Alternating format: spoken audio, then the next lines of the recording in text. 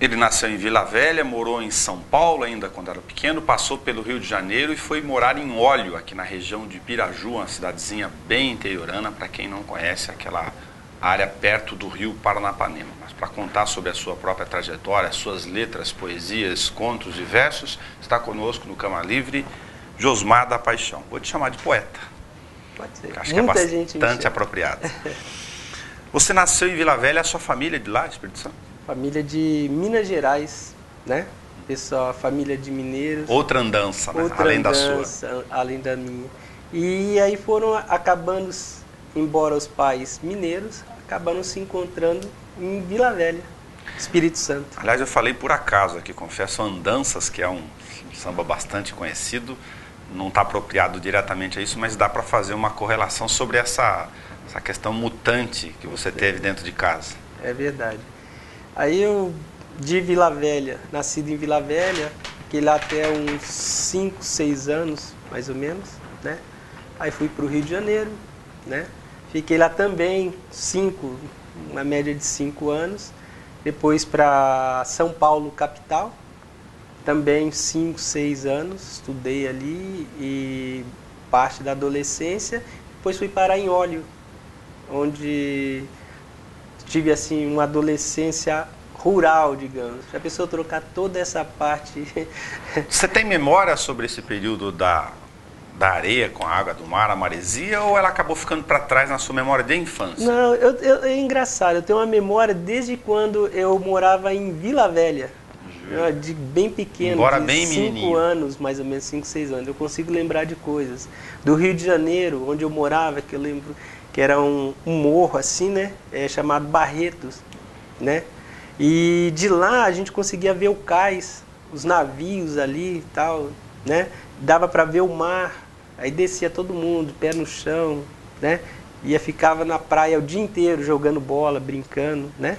E eu tenho bem com os primos, no caso, nessa época eu estava com os meus tios, né?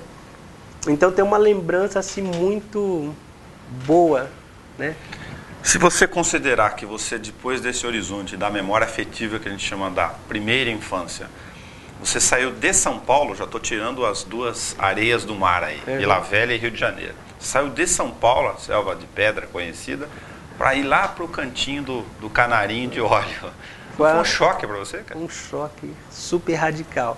Porque até então eu jamais imaginei morar num sítio, numa área rural, né?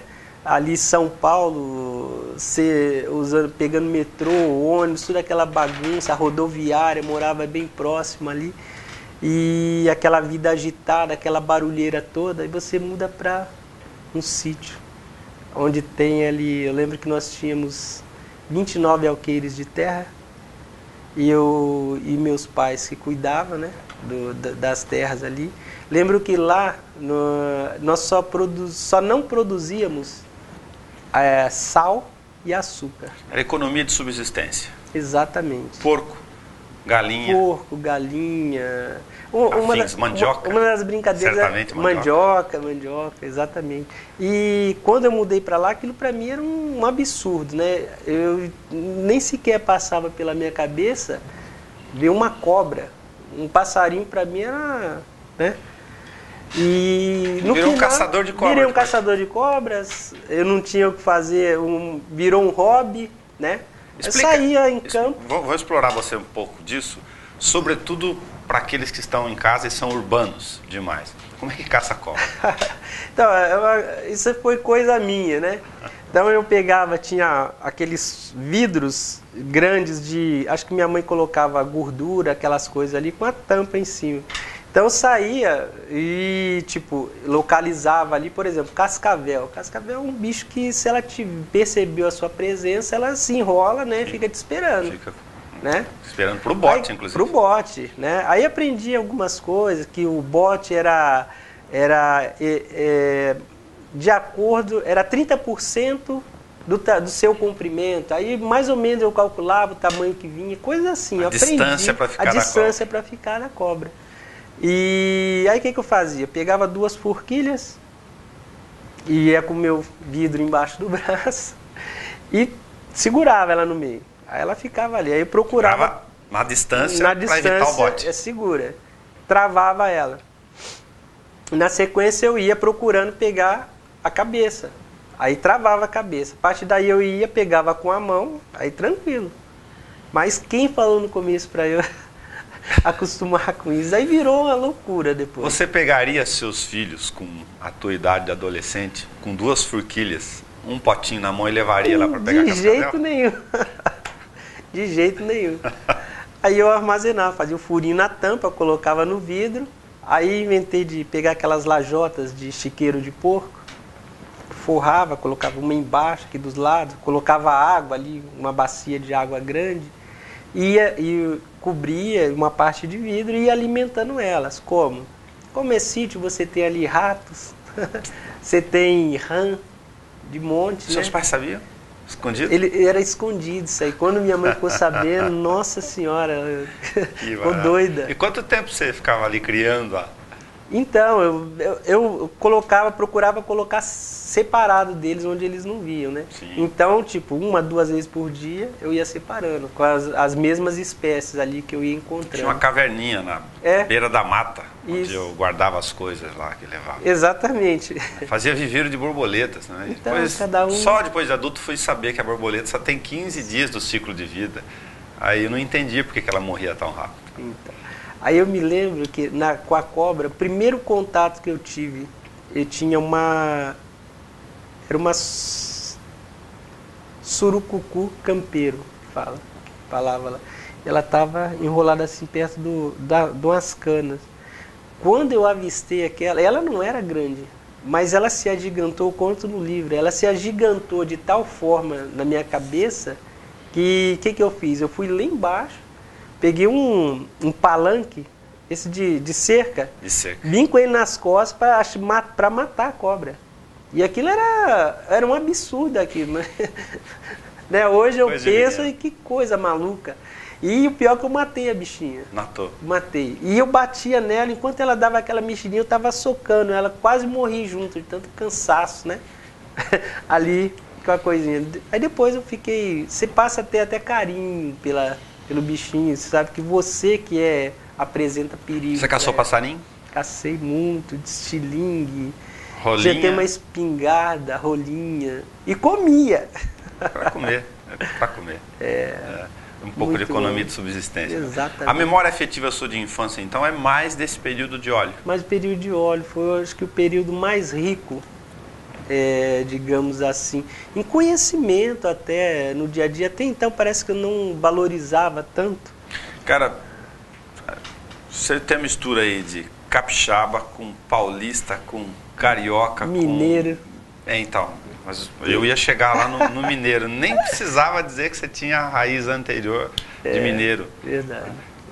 Tem o típico jeito do mineiro. Mineiro do sul de Minas, principalmente. Os seus pais são mineiros? Mineiros. São mineiros. Você caçou cobra, ou criou cobra? Criei. E você acabou aproveitando isso, você citou aqui de passagem, nos versos depois? Cito até hoje o livro que eu tenho, o primeiro que eu lancei, Bobagem, Contos e Poesias. Eu falo exatamente desses anos de sítio, né? Do tempo que eu passei em óleo. Bobagens aqui está ligado a mais essa Está ligado mais do ao período ali de óleo, desse período rural. Estou vendo curiosidade aqui, balas de hortelã, deixa eu dar uma corridinha nela. Os versinhos que...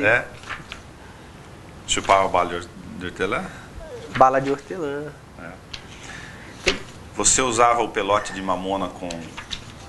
Pelote de mamona, com estilingue, de barro, né? As pelotas de barro. Pegava a forquilha da onde? Do goiabeira. Goiabeira, melhor, né? É melhor. Melhor que tem. Boa. Muito bom. Nadava muito nos rios ali, né? Às vezes, finais de semana, quando a gente saía, olha que loucura da molecada em sítio. Pegávamos aquelas boias, né? Câmera de ar de caminhão, enchia e combinava, ou de tipo trator. Uma meia dúzia ou de trator, ia lá em cima, bem alto, e ia embora, rio abaixo. O problema era para voltar depois, você tinha que voltar pelo meio do mato e com aquela coisa nas costas. Para trazer. Valia a pena. O que te trouxe a Bauru? Bauru eu vim em busca de estudar, né? A princípio, em Olho, eu não tinha essa intenção de sair de lá, porque estava muito satisfeito com a vida rural. Você gostou da vida no campo? Gostei. Se eu tiver um dia oportunidade de voltar lá naquele lugar, comprar aquelas terras, fazer uma casinha lá, ficar lá escrevendo poesia, nossa. Seus pais venderam lá depois? Venderam. É. E aí até então não tinha essa intenção, eu queria ficar. Mas aí eu lembro que eu estava fazendo um trabalho na escola de língua portuguesa, estávamos falando sobre escritores brasileiros. Aí caiu para o meu grupo ali de falar sobre Carlos Drummond de Andrade. Aí, naquelas pesquisas, né, fazendo os trabalhos, naquela semana de agosto, ele veio a falecer.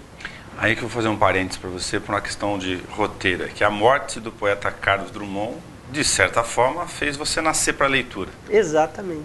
Foi o que me incentivou, assim, foi um divisor na minha vida. Porque até então eu até escrevia alguma coisinha, só que eu nunca dei importância, né? Eu escrevia, ficava ali, jogava, né? Nunca acabei não pegando nada. Aí a partir daí, naquela mesma noite, eu fiquei impressionado com o falecimento. Aí escrevi o meu primeiro poema, vamos dizer assim, que eu tenho, na verdade, que é uma homenagem a Carlos Drummond de Andrade. Eu vou passar para você, ler um pedaço dele pra gente, pra você lembrar. Poeta, né, o nome. Apaixono-me a cada verso lírico que vejo, e a cada verso aumenta ainda mais meu desejo. Quantas poesias não li, e para quantos amores não as escrevi? De tanto procurar e tanto perguntar, finalmente descobri. Ser poeta não faz diferença, ser pobre ou rico, tampouco estudar. Basta olhar com amor ao que o cerca e dali se inspirar. Ser poeta é viver e saber que nem mesmo a morte nos fará esquecer. Ser poeta é ser muito mais, pois seus versos são imortais. O poeta se vai, deixa saudade. Vai em paz, Andrade. Poeta. Muito legal. E aí daí pra frente, o meu professor de língua portuguesa, professor Diógenes, aí ele começou a me incentivar. Não vai, você tem que estudar, não pode parar, procura, você está terminando agora. Aí eu vim para Bauru. O Diógenes vai acabar fazendo para você uma referência num outro ambiente, o prisma, sobre a reflexão que você acaba fazendo já nessa fase adulta, sobre o papel do professor da educação. Cara, você está fazendo pedagogia. Fazendo pedagogia. Não por acaso está fazendo pedagogia. Então, não por acaso. Você vê que o estímulo que tem embutido nisso, nós estamos aqui com livros na mão, você está com os outros, a gente falou do Bauru de todos, Bauru de todos os tempos, onde a gente vai chegar nele, mas olha o que um estímulo fez com você. O professor Diógenes. Eu mandei recadinho pelo Face e tal para tentar encontrá-lo. Ele ainda mora na cidade de Bernardino de Campos.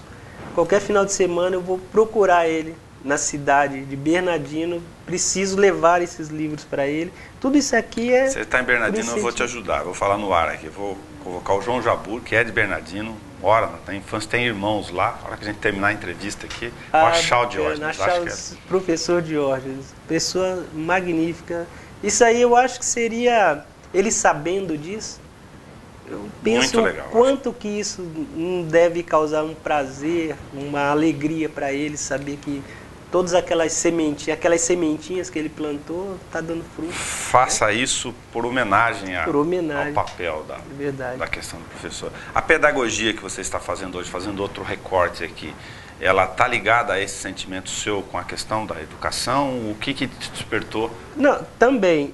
Mas a pedagogia, eu tenho 3 netinhos. Tá. Eu adoro criança. Ah, legal. E eu tenho já encaminhado um outro livro, chama-se, até posso citar, As Aventuras de Bombinha. Tá. Que é inspirada no meu netinho mais velho, meu primeiro. Aí eu pensei, puxa vida, já que eu vou escrever sobre criança, eu quero saber mais sobre criança.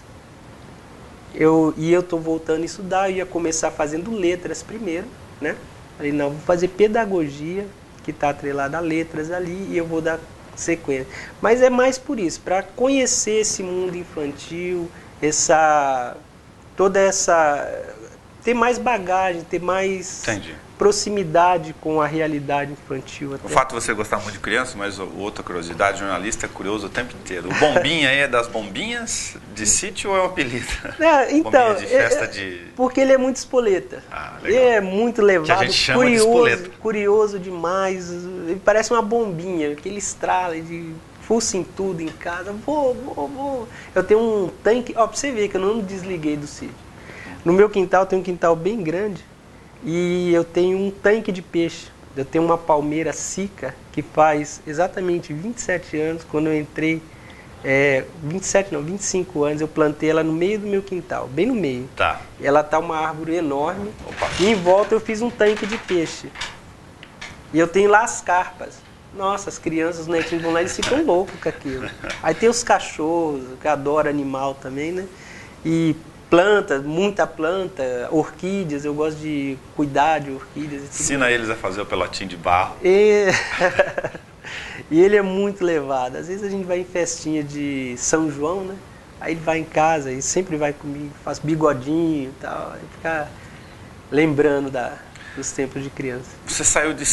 Lembrar de novo aqui, você estava em São Paulo, muito menino, olhando para... Eu fico imaginando você olhando para essa relação, você que gosta muito de criança, olhar para os seus netinhos, eles têm os tanques, ainda bem que eles têm o tanque de capas que você colocou lá, porque eles não têm a menor ideia do que é esse mundo imaginário. Meu netinho está com 2 anos, o Matheus, é o Bombinha, né?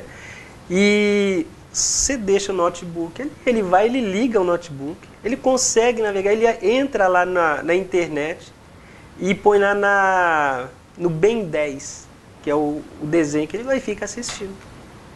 Onde que na vida eu ia imaginar? Ele sabe mais que eu quase de internet. Mas ele sabe a linguagem lógica dos caminhos. É a linguagem lógica, os caminhos. Então é muito interessante. Eu procuro trazer eles para essa parte natural da coisa, rural, a parte mais... Você falou do impulso daí para a leitura. E você veio a Bauru atrás de quê, especificamente? Você, Josmar? Eu vim atrás de estudar mesmo. Prestei vestibular, né? Não passei, queria fazer jornalismo, devido ao incentivo do meu professor, né? Toda aquela coisa que ele falou, e não passei. Aí eu falei, bom, vou ter que pagar então, já que eu quero estudar, né? Foi na dificuldade, foi frentista aqui. Fui frentista, porque eu não queria depender dos meus pais, né? Você entra naquela, eu vou viver uma vida adulta, não posso ficar dependendo do meu pai, né? E ele tinha condições de me ajudar. E não, ele ofereceu, inclusive, mas eu falei, não, eu quero tentar. Mas tive sempre o amparo deles, tranquilo isso aí. É que é coisa minha mesmo, né? Aí arrumei um emprego, fui trabalhar de frentista, né? Para bancar meu estudo. Aí fiz publicidade, estava fazendo publicidade.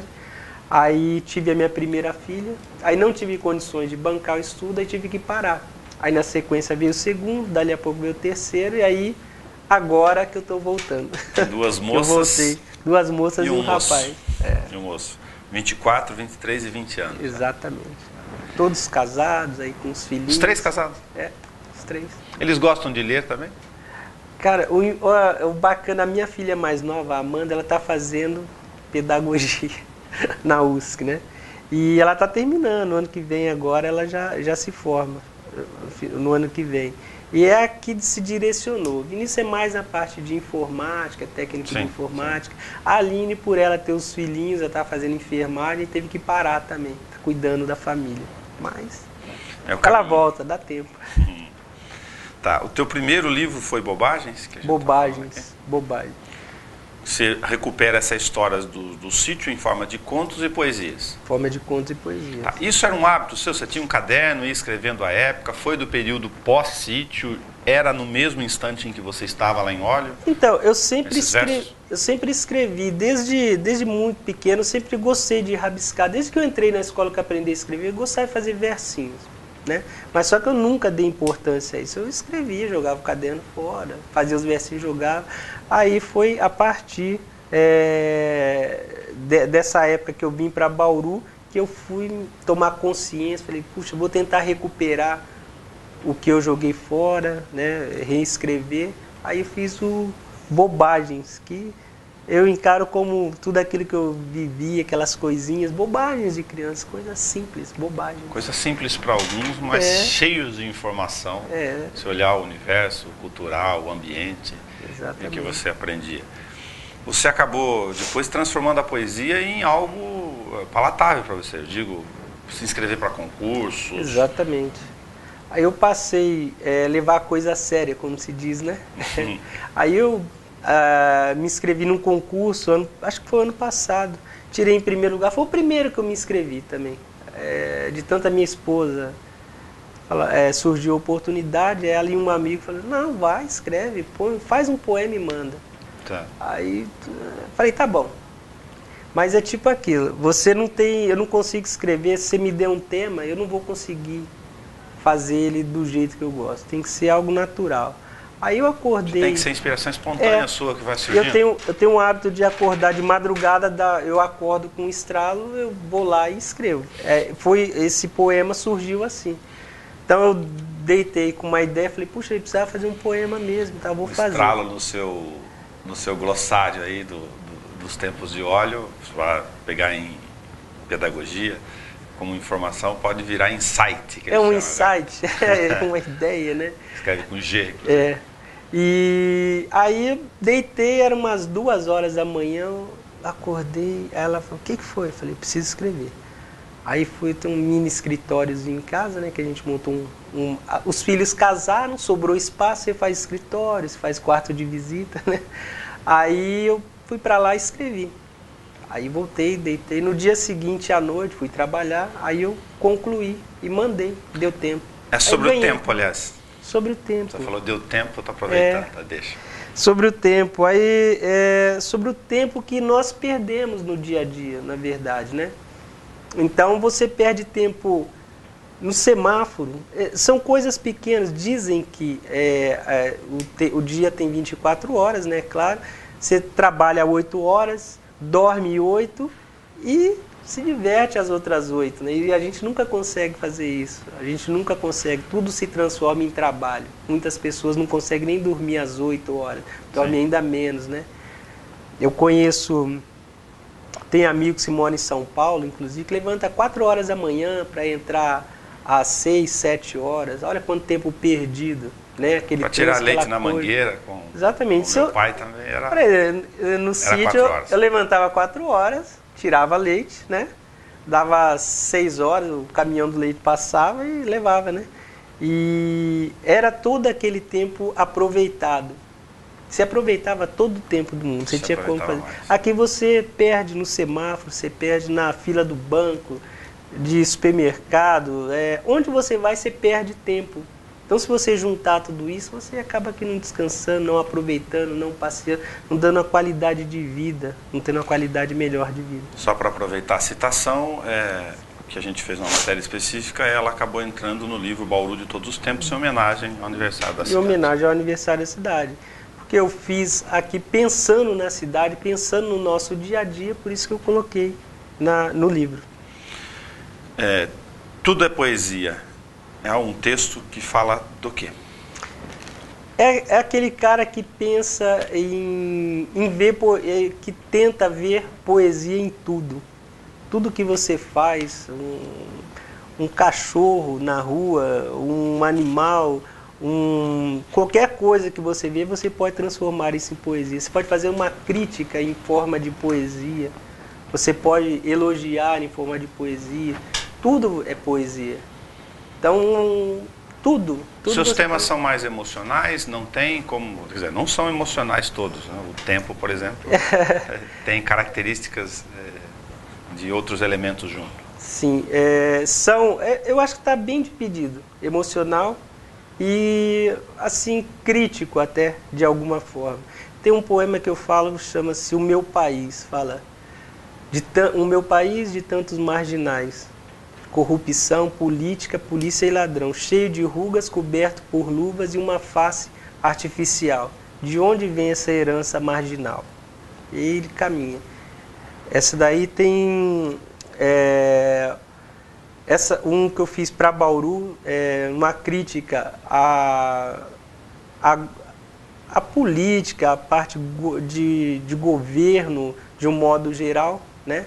Que fala da Rodrigues, que fala do viaduto inacabado, que fala da enchente lá das Nações, do rio que não se trata, que poderia melhorar. Isso é uma crítica, a gente não está querendo depreciar a cidade. As pessoas às vezes recebem mal críticas, né? Você estava contando que colocou o texto no Facebook. Algumas pessoas ficaram bravas.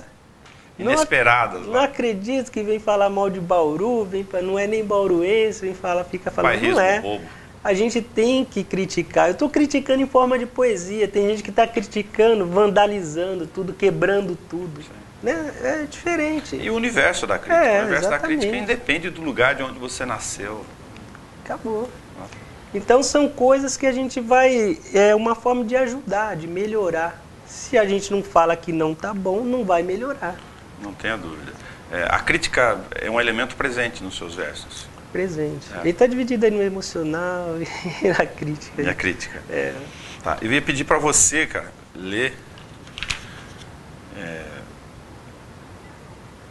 se não tudo, pelo menos a parte final aqui. Depois você conta para quem você fez. Escolhe um trecho. Para mim ainda não era a hora, ou jamais seria, ver você partir. Só então me dou conta que com seus conceitos e fé, passou a vida inteira me preparando para esse momento. Você hoje aqui diria, meu filho, Deus sabe de todas as coisas. Esse é um poema que eu fiz para minha mãe, 3 dias depois do falecimento dela. Que é a pessoa mais importante da minha vida, tudo. Tanto é que esse livro é em homenagem à minha mãe.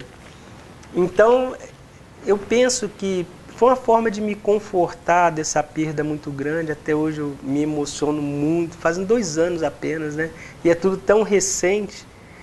E às vezes eu paro em casa, me deito, né? Aí fico lembrando aqueles momentos, deu a impressão que ela...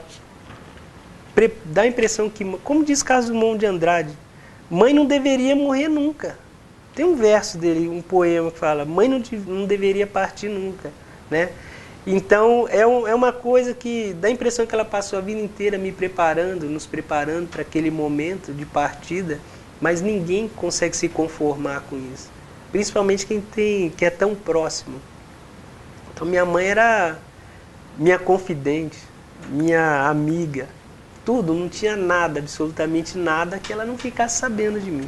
Até as coisas mais íntimas, os desamores, as brigas, coisas desse tipo, ela tudo, é meu porto seguro. Mesmo que fosse para fingir que você fazia sem ela saber da criação de cobras. Exatamente, ela ficou depois muito brava comigo.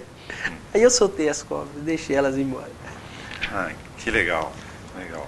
Mas já que você falou dessa relação, você tem um amor especial por relações de vida com o seu padrasto. Exatamente.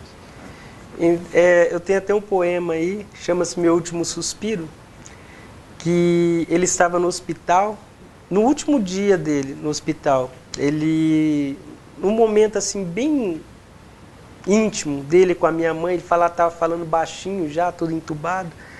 Aí ele falou para ela, eu estava assim na porta de entrada, sentado naquela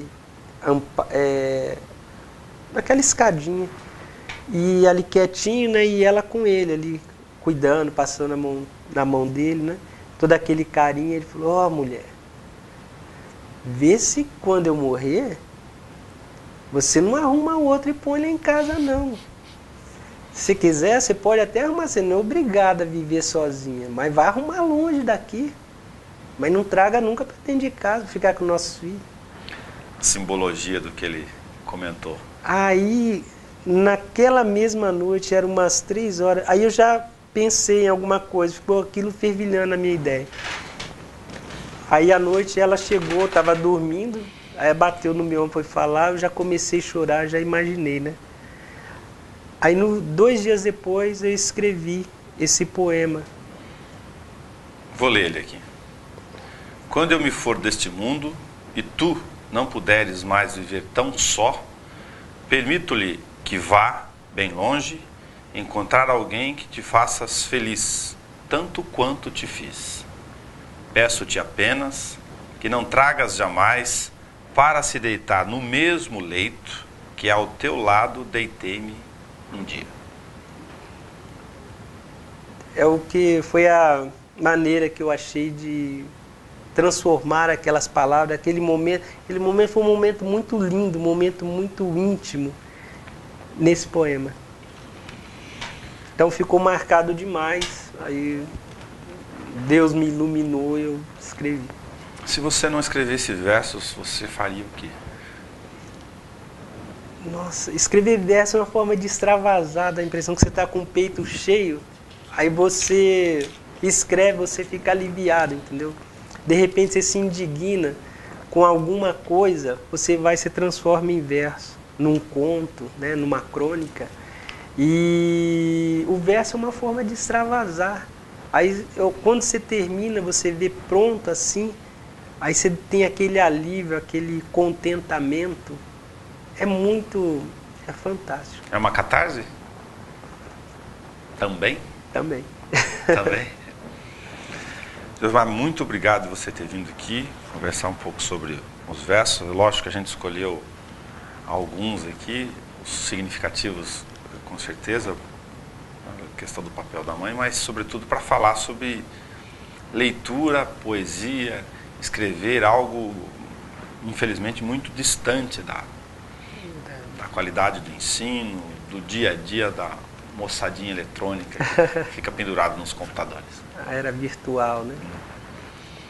Tá certo. Obrigado por sua presença aqui. A gente conversou hoje com Josmar da Paixão.